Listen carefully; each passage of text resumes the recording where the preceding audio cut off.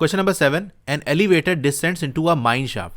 आपकी एक एलिवेटर, एक लिफ्ट है जो डिसेंड करती है यानी नीचे जाती है इनटू अ माइन शाफ्ट। ये माइन शाफ्ट क्या होता है? माइन आपने पढ़ा है, जानते हो, अगर नहीं जानते हो मैं बता देता हूँ। ज़मीन के अंदर जो मिनरल्स वगैरह होते हैं उसको कैसे निकाला जाता है? जैसे ज़मीन के अंदर कोयला है, पेट्रोल है, तो ज़मीन के अंदर गड्ढा किया जाता है, तो ज़मीन के अंदर जो चीज़ें हमको मिलती है वो माइंस कहलाती हैं, जहाँ से रिसोर्सेज वगैरह मिलते हैं। अब अंदर जाने के लिए गड्ढा हमको बनाना पड़ेगा। जैसे ज़मीन है तो यहाँ पर एक गड्ढा हमको ऐसे बनाना पड़ेगा ताकि इसके अंदर जाकर और यहाँ पर जो मिनरल वगैरह है उसको निकाल सकें।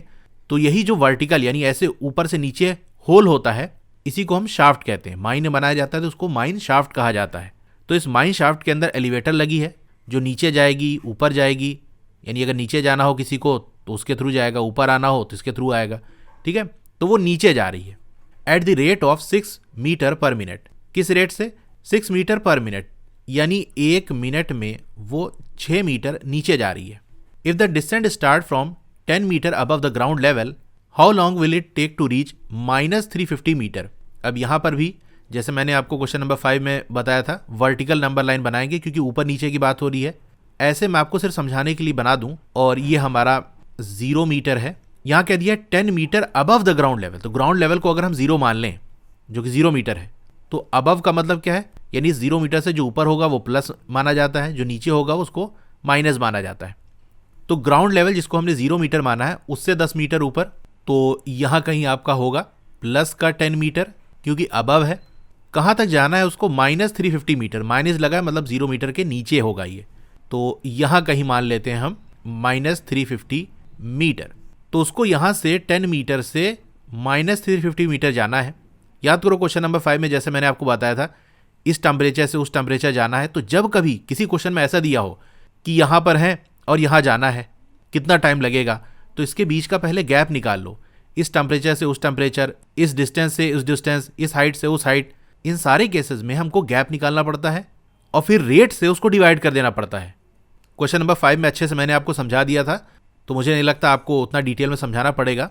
वैसे ये उससे आसान ही है। तो गैप हम कैसे निकालते हैं? डिफरेंस निकाल के।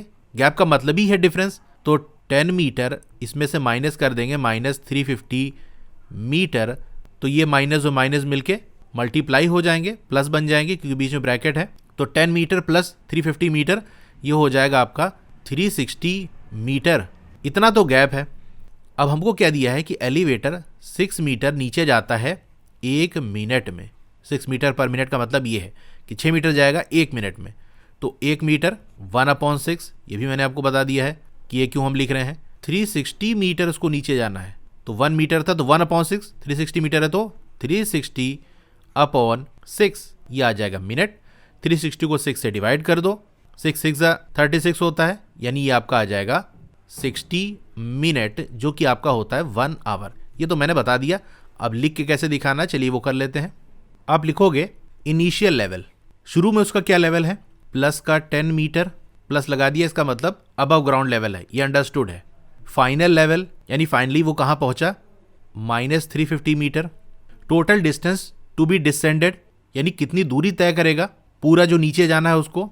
तो अभी जहाँ पर है उसमें से माइनस कर देंगे जहाँ उसको जाना है, तो ये आपका आ जाएगा 360 मीटर। इतना उसको डिसेंड करना है, इतना उसको नीचे जाना है। Time taken to descend 6 metre, ये बराबर है 1 मिनट के। Therefore time taken to descend 360 metre, ये बराबर हो जाएगा 360/6 मिनट, जो कि आपका हो जाएगा, इसको डिवाइड करोगे तो 60 मिनट आ जाएगा। और 60 मिनट किसके बराबर होता है? 1 आवर के। 60 मिनट भी लिख सकते हो, ये भी सही है, लेकिन बेस्ट ये है कि जब 60 मिनट 1 आवर के बराबर होता है तो छोटे नंबर में हम आंसर को प्रेजेंट करना चाहते हैं, तो 1 आवर लिखना बेस्ट है। तो क्वेश्चन नंबर 7 हमारा हो गया और इसी के साथ ये एक्सरसाइज भी कंप्लीट हो गई।